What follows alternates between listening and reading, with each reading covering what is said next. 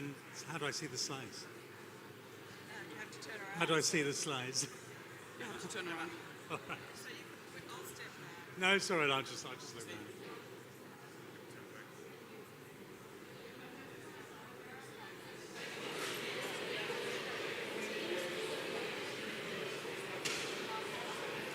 Welcome, and thank you for coming along to this morning's session on this remarkable cytokine, granulocyte macrophage colony stimulating factor, or GM-CSF, and its presence within culture media, and in particular, its support of frozen blastocyst transfers.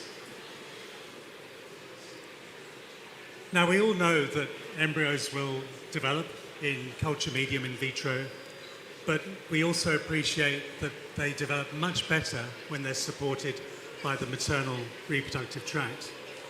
And indeed, there's receptors in both the embryo and that female reproductive tract that receive signals from growth factors and cytokines, and so that ensures that they are coordinated in their receptivity of the uterus and the development of the embryo to ensure maximal reproductive success.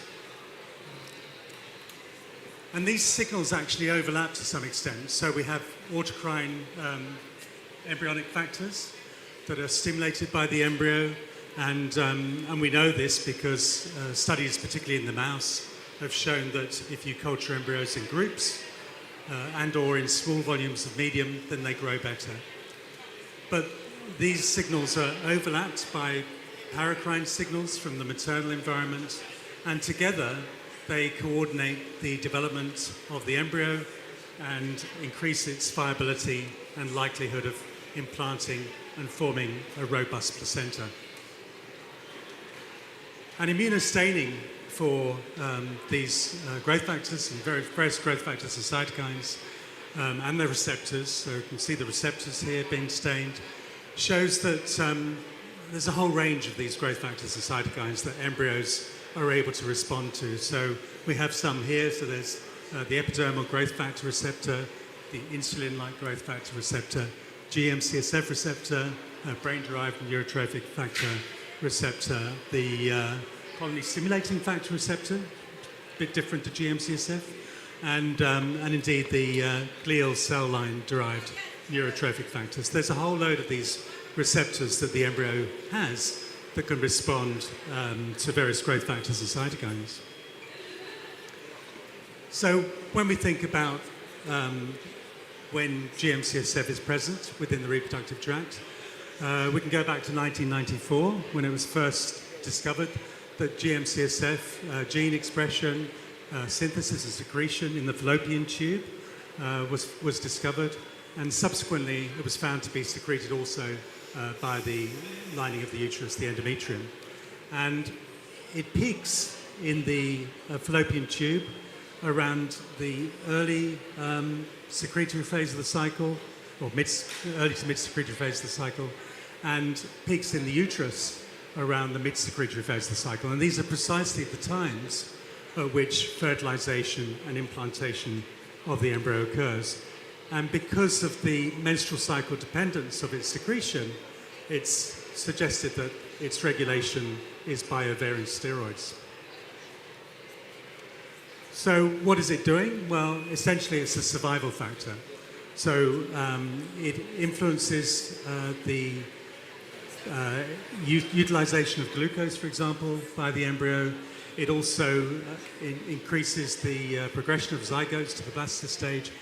It regulates the timing at which blastocysts form, and essentially it will regulate the normal gene expression of the embryo, again to ensure that the embryo is at its most viable, likely to implant, and will form a robust placenta. Now, in the absence of growth factors and survival factors, the actual default pathway of an embryo is to undergo cleavage arrest and apoptosis, or programmed cell death. However, fortunately, as I said, in the maternal environment, there are mitogens or growth factors, and these bind to receptors on the embryo cell surface and will, through the mitogen-activated protein kinase pathway, will stimulate factors that are involved in proliferation of those cells. On the other hand, there are also survival factors, and these bind to receptors which are mediated by the inositol trisphosphate kinase pathway. And this pathway ensures the production of pro-survival and anti-apoptotic factors. And that PI3 kinase pathway also mitigates what might otherwise be the adverse reaction of the embryo to cellular stress. So that's an introduction, and I'm going to just introduce my speakers today, who are going to tell you far more about this amazing cytokine. So Professor Sarah Robertson, she is NH&MRC Investigator Fellow at the University of Adelaide, but she was also the director of the prestigious Robertson Research Institute from 2013 to 2021. And her research group focus is on the immune regulation of conception and implantation, and particularly with relevance to reproductive success and the health of the offspring. And our second speaker today is Dr. Llanos Medrano, and she is the director of the IVF Spain Clinic in Alicante, but also the coordinator of all the IVF laboratories that come under the Care Fertility Group. And she's also an associate professor at the University of Alicante and a professor on the master's degree in human fertility. So I'm going to hand over to Sarah.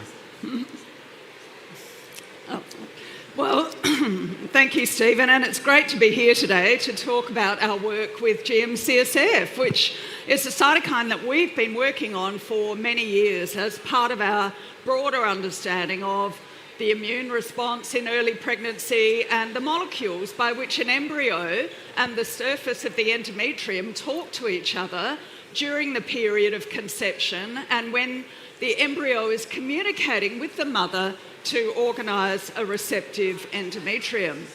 And we have been studying GM-CSF for many years, and it's really as a biologist and an immunologist that I first became interested in this molecule. And I'm so excited to see that the biology has translated to clinical practice and to talk today about the application of this cytokine, especially in frozen embryo transfers. So we studied many cytokines that are upregulated in the luteal phase of the female reproductive tract, and we evaluated initially in mouse and later in human to understand which cytokines are most important to promote development of the embryo and to support its progression to implantation.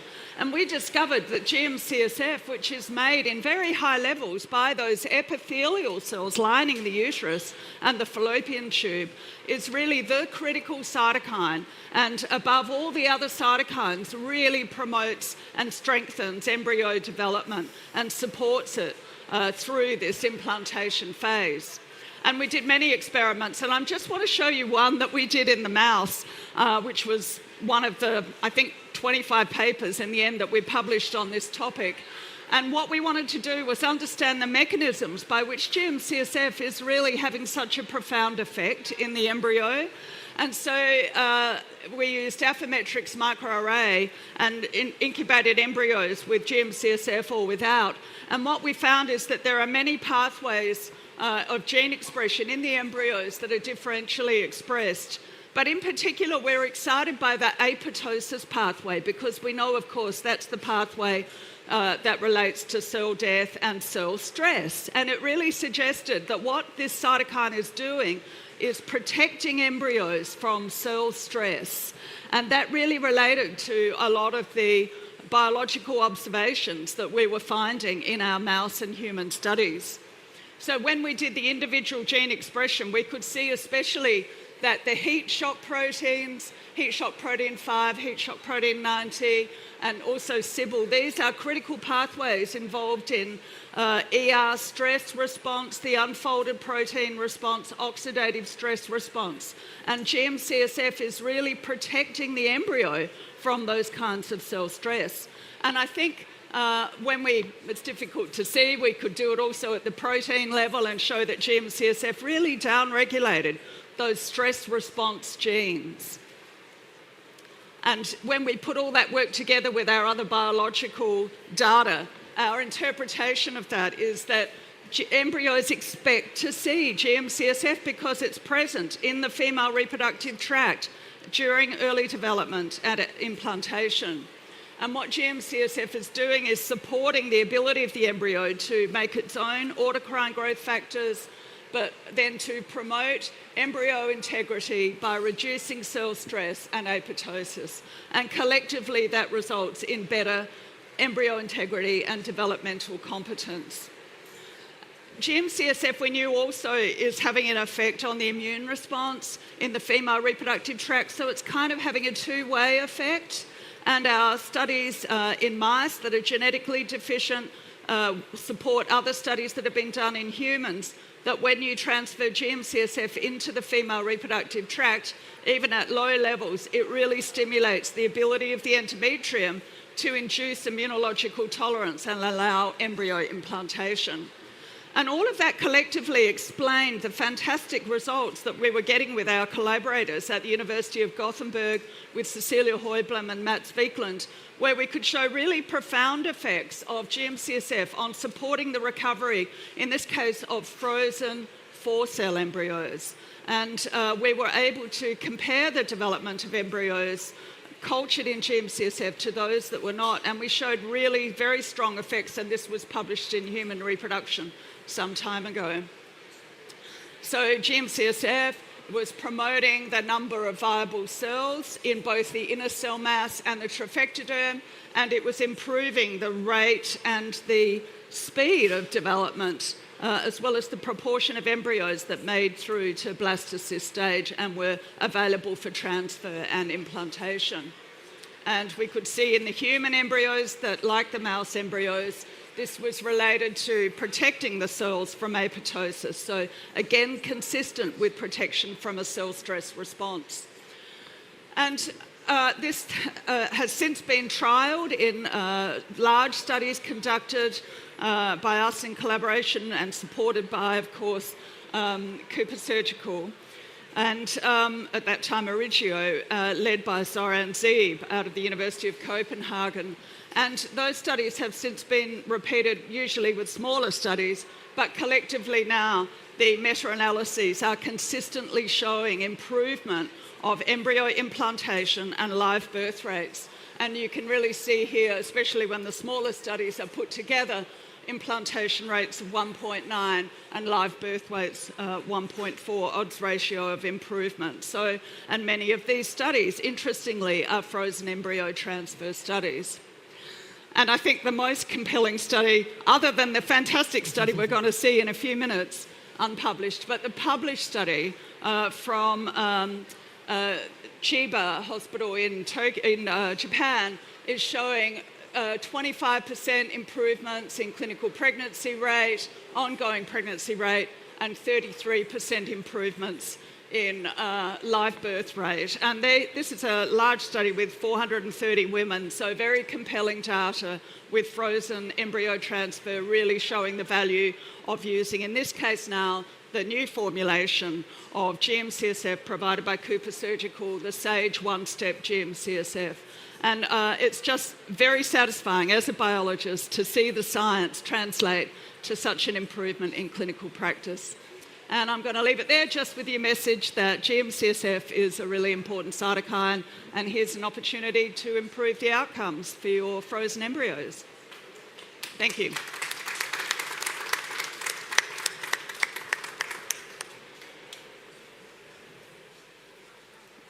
Good morning. Well, in my case, my goal is to show how we use this medium in the lab in case of cryotransfer. Well, first of all, I don't have any disclosure to tell. Well, in our case, we are interested in these mediums because 40%, more or less 40% of our patients coming to our clinic after having a previous transfer in another clinic. They are looking for new alternatives or another solution to propose to her. And we are very focusing on the personalization treatment. So this is the reason why in the lab we have some add-ons that help us to this goal. That is, for example, the use of Simod, sperm slow, or in this case, the last medium that we include, that is the ESHRE one-step GM-CSF. Well, when we introduced the medium in the lab, we proposed some criteria that we were using for embryo transfer. We were using for patients that had 2 or more miscarriage or 2 or more implantation failure. It doesn't matter if the embryos come from egg donation or from own eggs. And another thing that we don't take into account is that the embryo coming from PGT or not. Now, after the first result that we have in the lab, we recommend the medium to all the patients. So I'm going to present some results, first of all in the group, talking about the clinic in Donosti and Alicante. This is the result last year that we had. A total of 1,500 was performing between the 2 clinics. 79% was performing with global total, and the rest with the ESHRE one-step GM-CSF. We control, the age, the percentage of egg donation, and the percentage of PGT, and no difference was between groups. And as you can see here, we studied the implantation, clinical pregnancy, and ongoing. The green bar is the group with ESHRE one-step GM-CSF. And as you can see, the clinical pregnancy and ongoing, we see a significant difference. And in case of implantation, it's not significant, but we see a slight increase in 5%. When we split this group in PGT and no PGT, the results are the following. We're talking about 1,000 transfer, more or less. 82% perform with global total, and the rest with ESHRE one-step GM-CSF. And as you can see here, the results are the same than the previous one. We have a significant difference in the clinical pregnancy and ongoing. And the implantation is not significant, but increased a little bit. When we talk about the PGT, the best embryo that we can have in the lab, we are talking about 500 cryo transfer. And in this case, we don't see any significant differences between groups, but we can see a small increase in clinical pregnancy between both groups and ongoing. Now I'm going to focus on the Alicante clinic, because it's the clinic where I'm working usually. Here, as I said in the previous slides, when we start with patients that has to satisfy some original criteria. The most important is that they had to have implantation failure or miscarriage. In this case, I'm going to analyze only the patient who not satisfying this original criteria.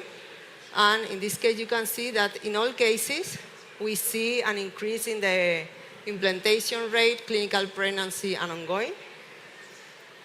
And when we analyze the data of the patient who meet this original criteria that for us are the most important, because are the patients that need more help, we can see that the implantation is similar, but clinical pregnancy increased 20% and ongoing increased 25%. I want to talk a little bit about our work we present in this Congress and was accepted. We're talking about a group of patients in Alicante, about 575 cryotransfer. Out of them, 185 was doing with ESHRE one-step GM-CSF. And briefly, the results. The probability of implantation is negative correlated with the age and with the history of pregnancy loss and implantation failure, but is positive correlated with the use of the medium. When we talk about the probability of clinical pregnancy, we know that it's associated with the use of the medium, of this one, but is negative associated with the history of the patient. But when we talk about the use of the pregnancy loss or the miscarriage, we see that the medium is further associated with this event. When we analyze with the regression model, we see that the use of ESHRE one-step GM-CSF was associated with an increase of probability of implantation, irrespectively the age of the history of the patient. And in addition to this, the use of this medium was associated with a high probability of clinical pregnancy and lower probability of miscarriage, despite of the history of the patient and the age. In conclusion, overall, this culture medium increased both clinical pregnancy and ongoing pregnancy rate. In no PGT cycle, we observe a significant difference between groups. It's not seen when we analyze the PGT cycles, but it's true that we see a small increase in this kind of cycle too.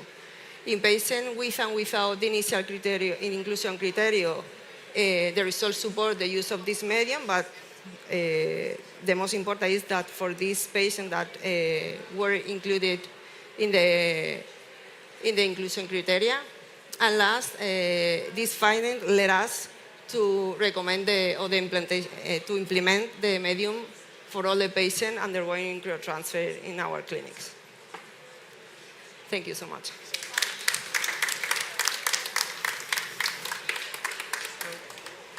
Thank you so much, Sarah.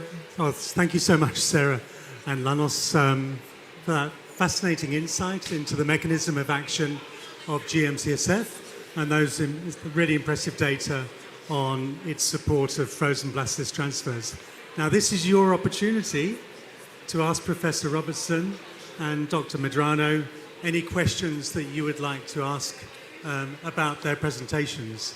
So don't be shy. If you have a question, then please ask now, or I suppose you can maybe talk to them later. Any questions from the floor? No? Okay. Well, maybe I'll ask some questions then. So if I can ask you first, Sarah. So you showed some nice data about heat shock proteins and the reduction of stress by GM-CSF. But maybe in relation to vitrification of embryos, is there any evidence for the reduction of, let's say, osmotic stress or oxidative stress that these embryos might be encountering during cooling and warming? Is there any evidence for that? Actually, I think that when you look at the gene expression patterns, it does support a benefit for prevention of osmotic stress and oxidative stress. So many of the pathways you might have noticed had to do with cell adhesion and molecules that are related to an embryo response to osmotic stress. And the stress response genes that we identified, although they have crossover with some of the other cell stress response pathways, certainly some of those genes are exactly what you would expect with oxidative stress. So I think those different stress response pathways have overlaps, and indeed the very pathways that we know embryos experience after freezing and thawing would be protected by GM-CSF. Thank you. And Llanos, you've shown some lovely data on the benefit of having embryos supported by recovery culture in GM-CSF. Would you expect a similar result for oocytes if you cryopreserve oocytes and then warm them? Well, it's a good question, but I think that we are talking about a medium that helps us to regulate this stress, the endosmotic stress. So I think that we can have benefit to culture the oocyte after thawing. So it's a good way to study. Okay, but no data yet? No idea. No. Okay. All right, now a key question, I think, Sarah. I think everyone would hope to see some visual observation of a benefit to these embryos, but is it possible morphologically to see the cells in the embryo that have suffered oxidative stress or that are undergoing apoptosis? I mean, would we expect to see those, and particularly, let's say, within the all-important inner cell mass? Certainly that's possible to detect those cells by biochemical staining responses, but we can't do that to our embryos in the clinic. So many of these pathways of stress response are very difficult to detect just by looking at an embryo. So this kind of invisible protection, if you like, is having an ongoing benefit for the embryos after transfer that may not be identifiable in the culture dish before you transfer them. And I really think that's why we see not just improved implantation, but reduced miscarriage after using this cytokine. It provides an ongoing developmental support for the embryos.